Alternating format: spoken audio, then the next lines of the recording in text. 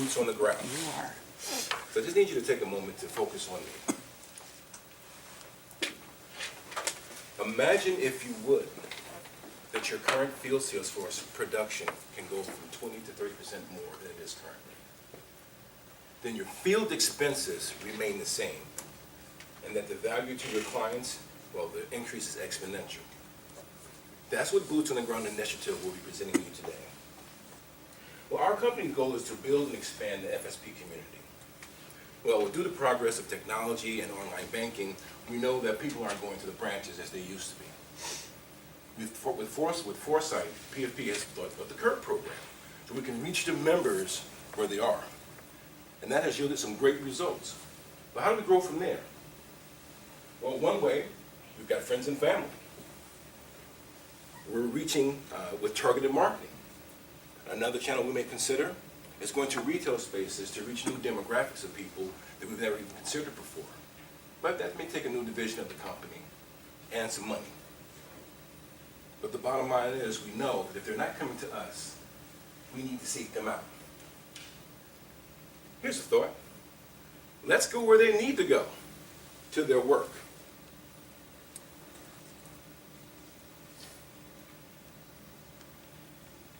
We can tap into a portion of our current seg business with phenomenal expansion opportunities.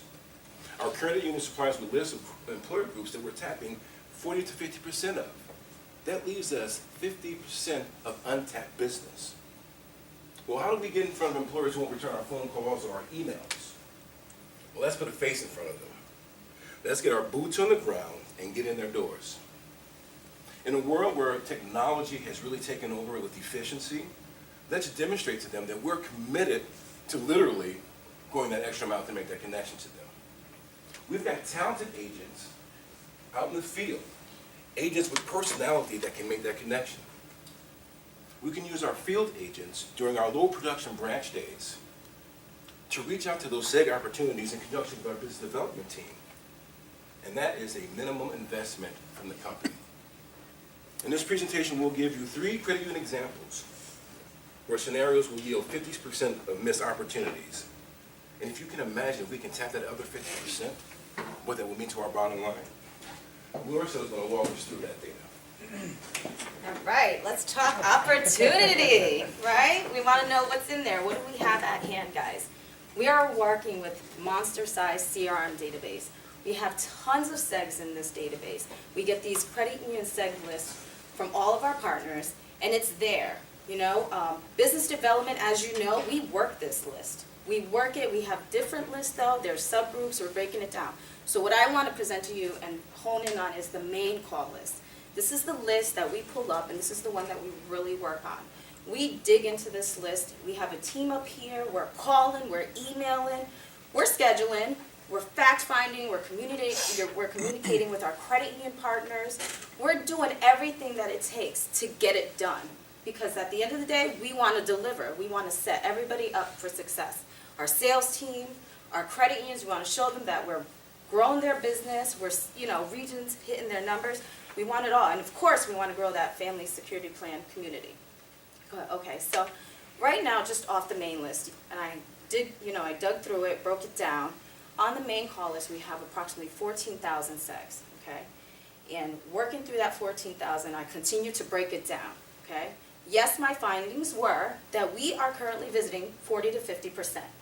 That leaves us with 50 to 60% of opportunity, okay?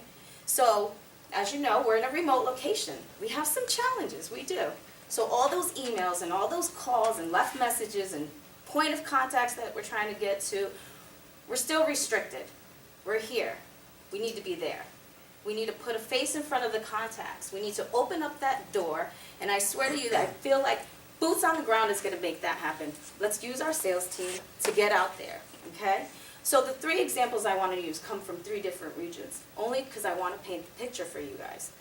So I pulled up a list of Dade County Federal Credit Union. Again, the main list. We have about 185 SEGs, okay? But right now we're only visiting 100 of those SEGs, okay? That's 60% of that list. That's 40% of opportunity that if we had boots on the ground, we could really tap into, okay? Because again, I've already told you, we're already calling, and we will continue to call. That's what business development does, finding a way to get into the door, and we want to continue to do that. Another region that I looked into was the Houston region. Smart Financial Credit Union came to mind. Reason being is I know that there was a recent meeting, and they have goals. They want us to deliver. They want 12 to 15 sites per month. And we want to deliver that because that's what we do. We deliver. We show them that we're going to work the business for them, and we're going to do that. And the way to do that is let's take business development and use our sales team and get out there and knock on the doors of opportunities so that we can show our credit unions the value that we bring to them, okay? Another one is a new credit union. New credit unions take a little time to get up and running. Sunny's Federal Credit Union comes to mind, that's in the PA region. Sunny's just came aboard a couple months back, new seg list, fresh new opportunity, of course, as you guys know. It's a list, we scrub it, we've called, we email, we do everything, we work with the credit unions again, because we want to, again, show, we want results from this. What if, again, boots on the ground, the process of really getting a credit union up and running, if we had somebody actually out in the field to knock on the doors, to make a connection that we in a remote location can't do, well, we can tap into that opportunity much quicker than, waiting months for that to happen. And that's why I give you the example of new credit unions. We want to show the results much faster. We want to show them, again, our value, what we do, business development. We grow your business, okay? So just letting you know, that's examples. These are 40, 50% opportunities that we're looking at. So that brings me to how executing boots on the ground by taking our sales team on low branch producing days and utilizing that time so that they can go out and open up the seg opportunity. Why? Because we don't want to impact any sales at all. Okay, so this I feel is the best way to do it. So imagine if you would, okay, on a small scale, I'm going to use the Florida region as an example of an increase in sales. We have a team of 9 reps in Florida right now, okay? Florida's rocking, we know that. Year to date, they're killing it out there right now. But imagine with the opportunity we have 9 reps out there. If they can open up one opportunity, schedule one visit, I don't know, a month, let's say, their average premium per site right now is about $2,200. That's an off-site premium number that I'm throwing out there, okay? So you figure that 9 reps, $2,200 per site per month, what are we looking at? About $259,000 in increase in sales for a year. But we are so good and we're so well trained in the field that we're going to go back. So now you've opened up that opportunity. We're going to go back. We're going to find the need and the interest while we're out there because that's what our sales team does. And we can easily double that number. So just Florida itself can see an increase of about $588,000 in sales in 1 year. So imagine if you would, across all regions. We have 15 regions. How many credit unions we're partnered up with the opportunity we have at hand? We have what, a sales team about 70 right now, sales reps? 1 visit, 1 month, 1 year. I did the numbers. Our average premium per site at an off-site right now is $16.95. That's what we're showing in business development with our numbers. I'm going to throw this number out there. $1.4 million. Does that sound insane? It does. But it's so possible because it's there. We're looking at the numbers. We're looking at our sales team. We're looking at the average premium per site. It's there. It's definitely possible with boots on the ground. So I want to share a success story with you guys. I want to highlight a sales rep in the field, Evelyn Valdez. Her and I are in constant communication. I have to highlight her because she is the reason why this, idea came up. She calls me all the time, guys.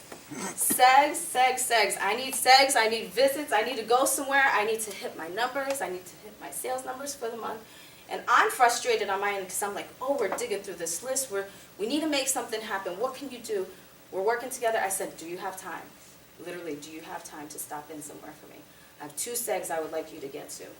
Get there. If you can go there and get the contact information, I will do all the rest of the work. I will do the follow-up, and I will get you into that door. Well, she did more than that. She went out to the contact. She scheduled herself to go back. She just sent me all the information, and I put it on the calendar. That's 2 sites, 2 small sites. They're post office sites, as a matter of fact. And she went out there, and we started in November.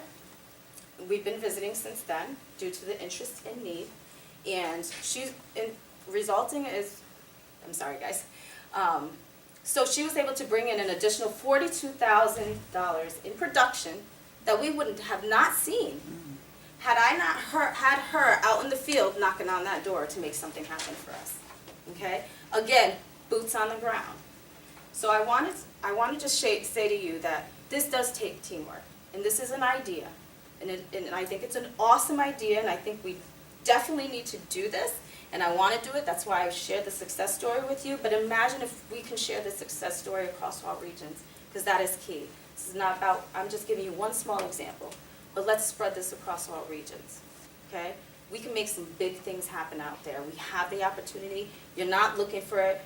You know, we don't have to like find a new seg. We have the information. I just need you to put somebody in front of the contact. That's really the key to this. But as I was mentioning, it took a team for us to do that. And with the team, I want to say to you, it's going to take a team for this to really be successful. So I'm going to turn this over to Christine, because she's going to share with you the perspectives from the field. So as we've been reminded throughout this course, the successful implementation of any innovative idea is dependent on the team. Other than that, it's just an idea. So we've been very fortunate that we've been able to spend some time, gain some insight, and also overwhelming support for a boots-on-the-ground effort from some of our key players, including some of our key credit unions, sales managers, reps out in the field, new business, and need I say more, business development. The passion's there. We've had some conversations with one of our credit unions, Dade County Federal, which is our largest credit union in Florida, and they've shared with us that they see the same challenges. They're actually making changes to their strategy where they're actually selling some of their branches. They're looking at making changes in personnel. They're going to have more automated tellers. And in discussions with Ralph Randon is the Vice President of Sales and Operations for Dade County Federal Credit Union. He felt that a boots-on-the-ground initiative would be very, very important to increase our value proposition to the credit union. He would love to see PFP as the face of the credit union. In his opinion, which reflects what the industry in general has as a challenge, operating expenses, branch shortage. He also pointed out that the people in his organization that are tasked with business development don't necessarily have the skill set or the desire to build relationships. They want to go in there and service the members, of course, but having us in there to build those relationships, take a little bit of that non-productive time and translate it into building relationships, he thought would be something that they would be very welcome and they would really want to see us doing more of. He's seen some of the success, but having the actual effort of all the reps going out and working that seg list is something that he really welcomed. And of course, Fred, as the regional manager, he's very excited about this idea because he does see how it would really strengthen our value proposition to the credit unions, and at the same time empower the reps to go out there and find their new cheese and not just go to a branch that they were assigned for, but really empower them to really make a difference. So speaking to the reps, overwhelmingly everyone is in support of this idea, of course to different degrees. Depending on what their experience has already been with working with SEGs, what their comfort level is, how engaged they are with the company and with new ideas. Everybody had a different level of what they would want to do with this and how they would envision themselves being involved. Some might say, I need a little bit of training, but I'd love to do it. Others are like, I'll do this full time and we'll really make this happen. So just in the conversation, it's just something that makes sense. The reps would love to have that opportunity to do more for the company, do more for themselves as well. When I was speaking with Holly Cook in New Business, of course, she did share with me that the credit unions she works with are telling her the same things that we're hearing from the credit unions, that they really have some challenges out there. They would really love when she's making a presentation to know how can we really help them with what their key challenges are, with their growth, with their getting out there in front of their members, with the challenges of people not coming into the branch. So she said that what we're talking about with the Boots on the Ground initiative would really help her in her new business efforts. And she felt if we had a successful program that she could go out there and brag about, that it could actually help her land more credit unions, because we're bringing that value that nobody else is knocking on their door saying, let us help you grow your business, let's help you grow our SEGs with the passion that we are. And of course, going back to business development, Glorsa has so much passion for this idea, it's contagious. And it's contagious because it's not just an idea, it's something that she's thought through, something that she's gotten some success in, something that she has supported, and something that all of the key players, all of our team is really excited about the more that we talk to them about it. Most importantly, the Boots on the Ground initiative really does speak to some of our key company initiatives, strengthening our value propositions to credit unions, maximizing some of our best credit union relationships, empowering and developing our top talent with our team, and generating new sales opportunities. And as Florcel so nicely laid out, in addition to helping many, many more credit unions, many, many more members, and protecting our community, we have the potential for realistically realizing $1.4 million in additional productivity within a year. So in wrapping up, it's clear to see the magnitude of the missed opportunities, where we can strut our stuff in front of our employee groups and our members. 50% of the immediate market is addressable, where we can show off our stuff. Look, as a company, we've demonstrated, you put us in front of you, we can close you. With this opportunity, we'd like to move forward with that. With our Boots on the Ground initiative, we will march right in there, kickstart our SEG business to a new level. So, as we say, let's get stomping.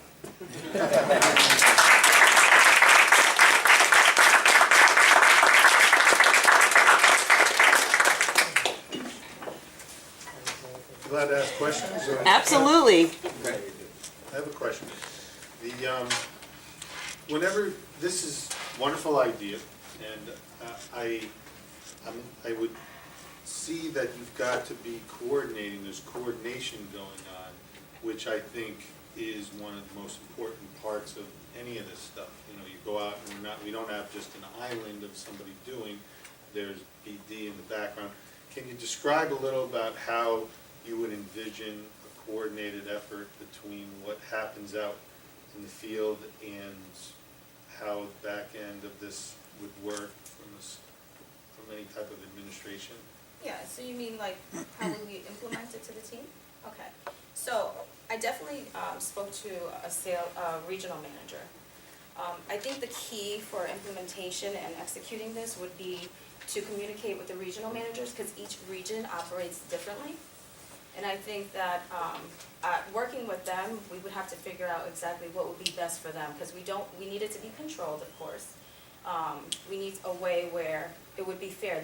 I feel like a regional manager knows the team, so they know which sales rep should go where. They also know the location, so that's also something to look into. How far it is from a branch to a SEG. Are they local to that? Can they get there? You know, because we really want to focus on around the time frame where it's least productive in the branch, because we do not want to affect any sales. So I think key in implementation and communication is going to be through this regional manager. We already communicate them with the scheduling. We review the schedule together, so at that time I think it's a great time to look at some of the SEG opportunity there, and then maybe add that to the schedule to each individual rep, and let them know, indicating by code, like this is a Boots on the Ground initiative, and that would let them know you're going out there for this time frame to make, make that connection with the contact. I mean, that's kind of, what we've been playing with. What I'm hearing you say is that the research as to where to go happens here. Yes. You also can get, what I heard you say is there's data that identifies the days and the rep and how often someone's available to go. Yes. And that sort of then is fed to a regional manager who works with getting that through their team. Yes. Great, good thinking. First of all, great job. Thank you. We absolutely need to bring this to remain relevant within our credit unions. This is something that we can remain relevant with. Obviously, it's trying to do it in a productive way, not to be able to lose production. I think the 50%, we're missing out on 50%. I think that number's high. I think there's a lot of SEGs within a credit union that mom and pop shops that we don't want to go to. However, I do believe there's probably 20 to 25% opportunity there, just to be real on the number. We need to figure out a way to do this. There's no credit. This is bird in hand. We've got these companies. We don't need another credit union. They're right there. So I think it's something that we need to pursue, take baby steps throughout the entire company. I think it should be a best practice, figure out a way to do it. But I think you guys are right on target here with what we need to do. I have a question. First, I love the name of your team. I'm sure there's a little influence from the former Marine. So, and I noticed your Marine, your Marine ring, by the way. Question I have is, have you thought about the tools that the field agents will need before they even go into the SEG? That you would identify as something that we have to do prior to the launch of this program. Have you given that any thought, and can you specify a little bit about what you found? Yeah, so, again, reaching out to my regional managers and getting their input was key, to what kind of skills and training they would need. And it's minimal training, because again, they're already trained on the credit union benefits. They have that knowledge already, and they're also well knowledge with obviously the family security plan, because they're already out there selling both. So what we need to really train them on is what are you looking for, and what are you asking for when you get there. Something that came to mind is a form as well. Putting together a form of information and questions maybe that they need to review and look at, so that when they get in front of this key contact, that they know exactly what, to ask for and what to present. So that would take, I feel like it's minimal training, but they're definitely something to think about. We did talk about that. We also spoke about during the sales meeting that if we identified that this is an opportunity, just so we communicate anything from Connecticut to the teams, we use this vehicle to say, here's the flyer of the new initiative, what's going on, and then these are the things that each one of us are going to be required to do, as we spoke earlier in relation to regional managers. So the specific tools, because this is kind of a pop-in visit, will flow if it's going to be cookies, if it's going to be something to entice to have a conversation. That will be dependent upon the actual visit and the location. Okay. So we had examples in our history of compensating agents for going to get sites like this. Did you guys have any conversation about how to structure that maybe more formally, or do away with it, improve upon it, something along those lines in reference to this plan? We had that conversation last night. Well, we had the conversation last night, so I'll speak to myself as an agent in the field. Given the opportunity of going to a SEG that is within the credit union, I don't need to be incentivized for it because I'm not doing anything. So this is an opportunity. If I can go and then be protected for like 6 months, that's all I ask for. Go develop it, if I'm nurturing, if I'm doing the right thing by it, and bringing benefits to the company. That's what we have in place currently. Field reps right now, if you look at on the little days, they have an opportunity to go knock and establish more business for which we are being honored to do so. Yes, there's nothing additional that we as a company need to do other than to allow them to do so. So what I'm hearing you say is that Yeah. if you went out, got a company to say yes, the reward is being able to go to that and nurture that. And you gave the example of someone who already Yes. has $40,000 of business Yes. from that one So- site. I know in Florida region, the rule is that if you open up that opportunity, you go. So that's your opportunity to bring in some sales, additional sales from it. That is something to think about if we roll this out. That's the way they would be incentivized. We're giving you an opportunity to get closer to hitting your numbers.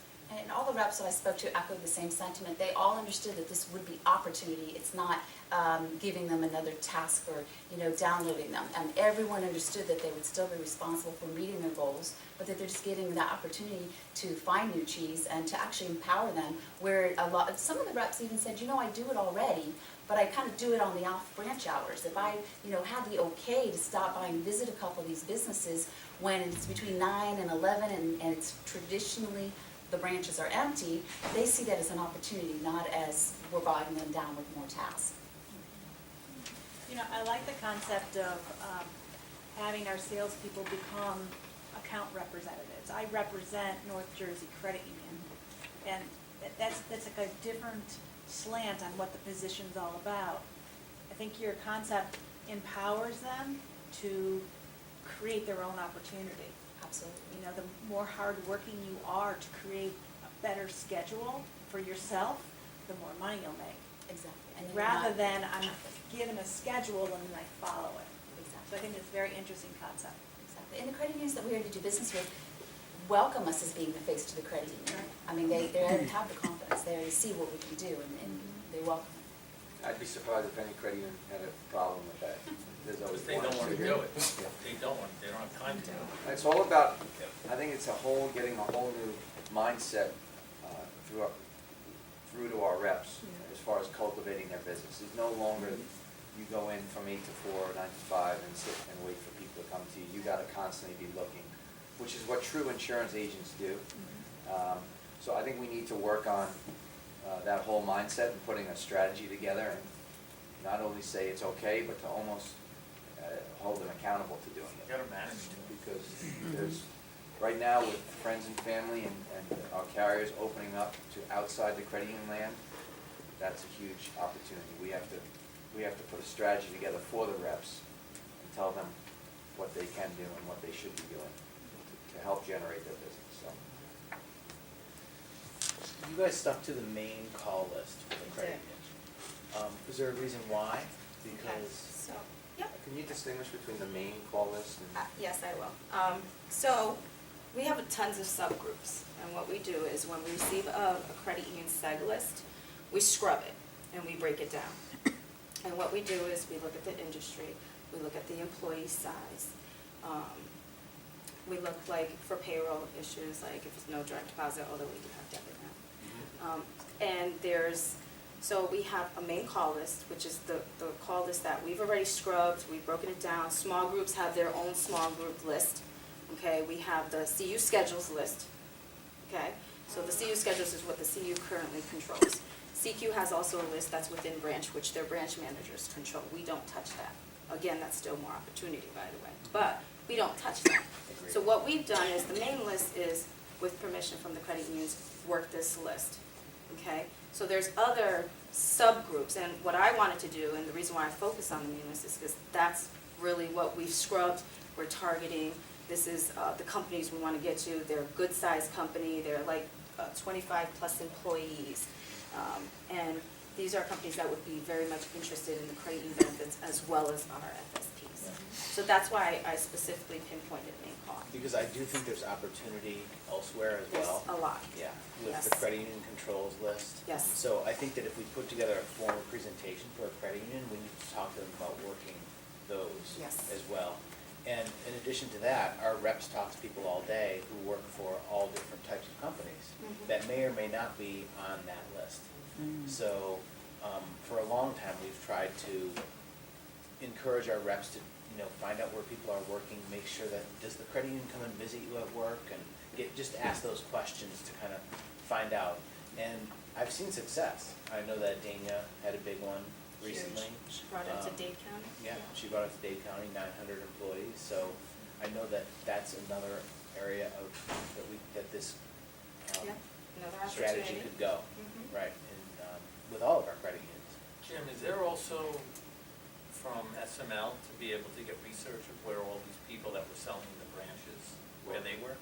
We could. And that we don't go to, cross-reference it to, that we can add to that? I mean, you want the rep to do it, but maybe if you have a lot of policies you've been in Dade for a long time, there might be places you don't even know about. Yeah. That's true. Tim, I actually think we can do that reporting here. Well, a lot of credit unions, if they're not already, they're community credit unions now. Basically means anybody can join a credit union, which means wherever they work is not technically a seg. And a lot of Yeah.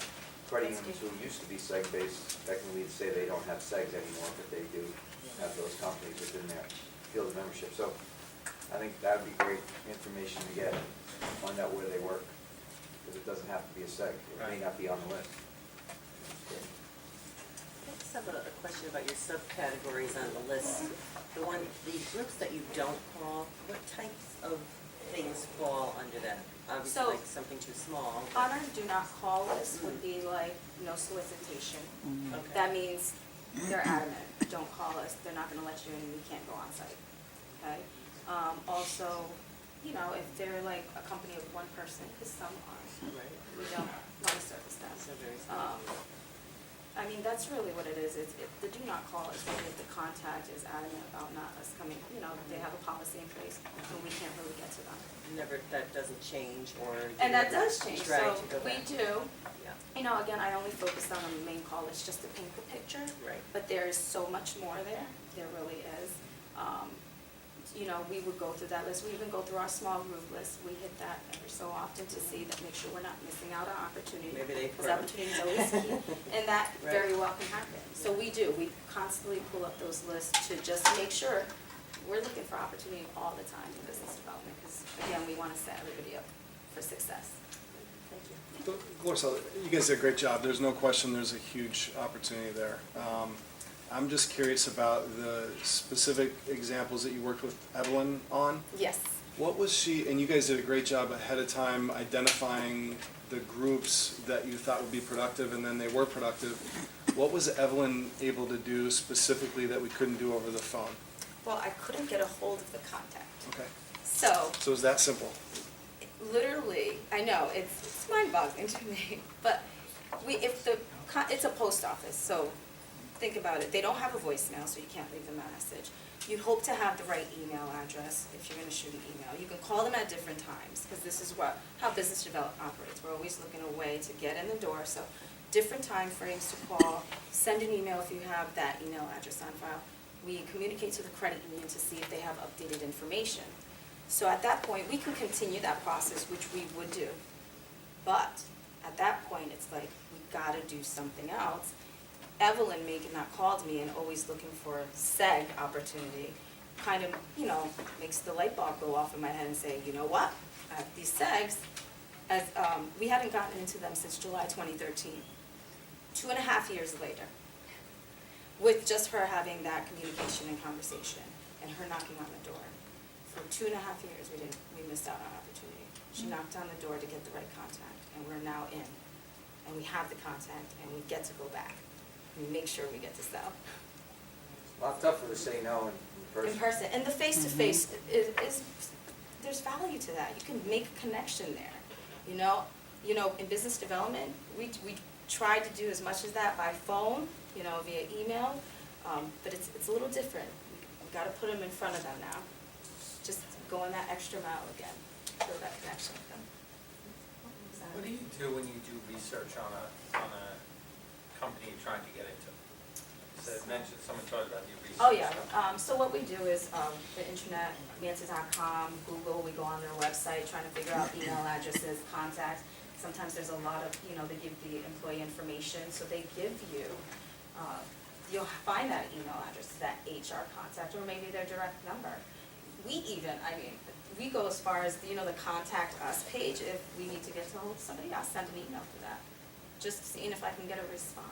But that's the kind of research we do. We dig in, we're really trying to we want to know a number of employee size. If we don't have that from the credit unions right away, we dig for all that kind of information. Because I put a bunch of stuff about certain credit unions that I know about, try to get news articles, and then I forward that news article, great article about you. It was like the Brooklyn News, one of them about MCU, about a lady who now left, but she was like very impressed that I was following up on that. So if there's things that you can find out, it might be that they had a barbecue, they could be celebrating Events. 10 years, they could be doing this, and then you pop up with when they go there and you bring cookies, hey, congratulations on 10 years, just wanted to do that. It might be other ways of getting in to see those people, or that they'll then accept your call when you call the next time. There's so many different things you can find out. And it's always the small news that you find out those things about, especially credit unions and the smaller trust companies. All right. Thank you so much. Awesome job.